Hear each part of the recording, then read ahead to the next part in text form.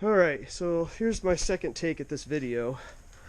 The first video just got way too long and I babbled too long. So anyway, this is the WRX door with the WRX fender, and the alignment issues are right here.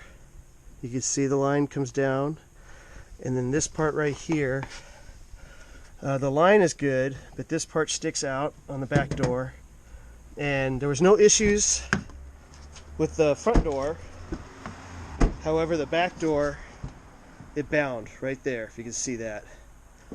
So my fab guy just came back over, and he said that he's got to get with his sheet metal guy, his body guy, and say, you know, if we just bring this out, this will clear. You know, if it's just like right there, you see it clears just fine. So, but the issue is this line and this gap isn't consistent. However, this gap is perfect. Now we'll go to the WRX fender. Oh shit.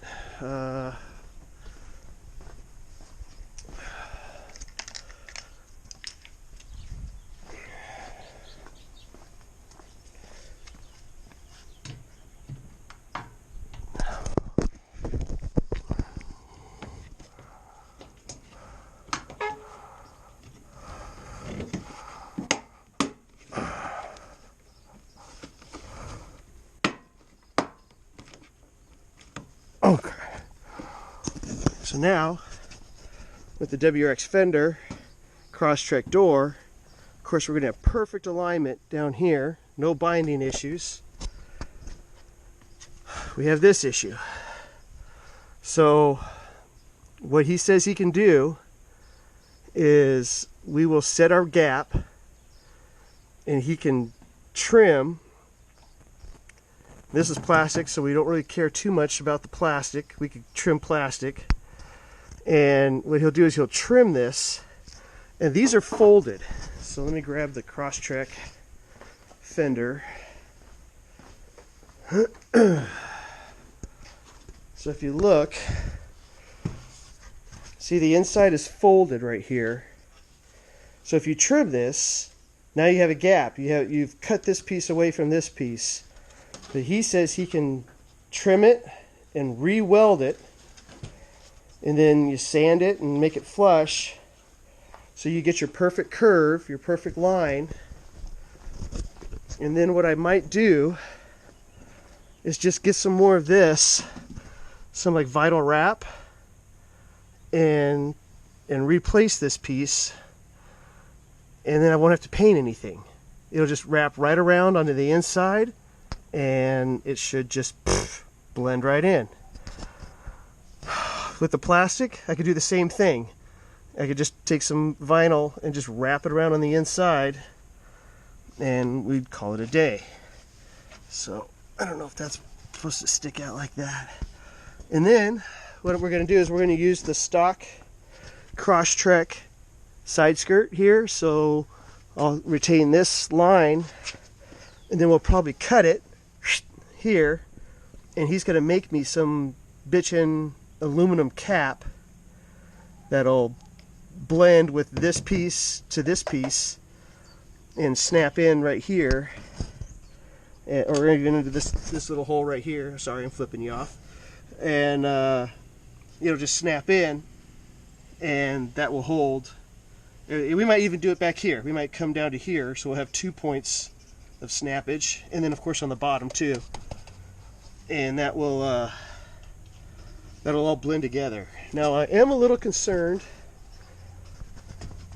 about this gap right here. That is awful close, because it looks like with the Crosstrek everything was even. So now I got a bigger gap here and a tighter gap here.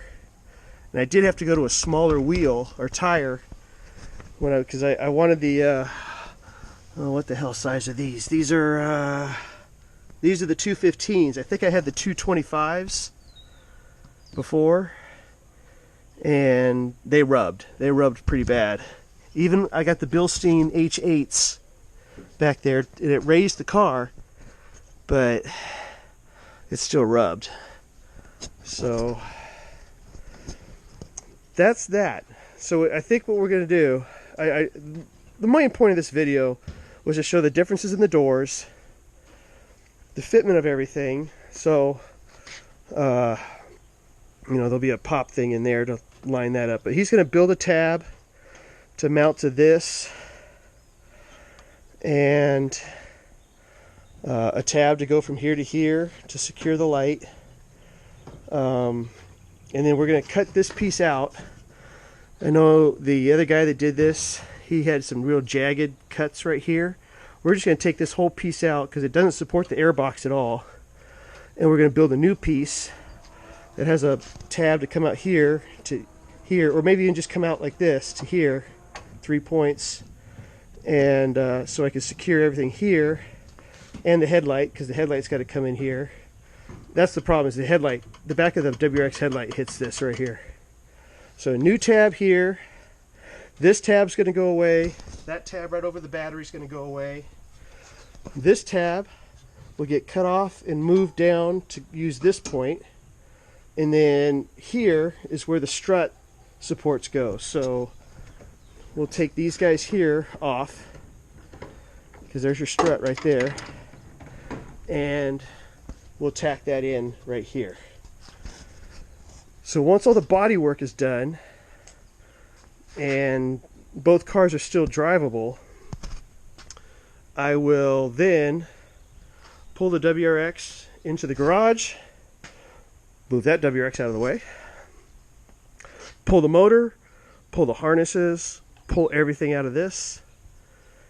Then I'll have to push this out, push it over here, and then I'm going to start the transplant and put the FA20 in here. Rear end, drive shaft. I was going to do the suspension, but I'm worried about the WRX suspension lowering the car. I don't know if that's going to lower the car. Not a chance I'm going to take. So I'll probably stick with the WRXtrek suspension. But the rear end, drive shaft, then also I was going to use the hubs for the bigger brakes, because I really don't know. I bet you those are bigger brakes. You know what? I bet you they're the same. They sure look like the same. You can see in there. And then you look in here. I bet you they're the same. So, and I do have disc brakes on the back of this. Let's see. Yep, disc brakes. So it's not like I'm going to gain anything by bigger brakes, but if I was going to change the hubs, then these are 5x114, this is 5x100.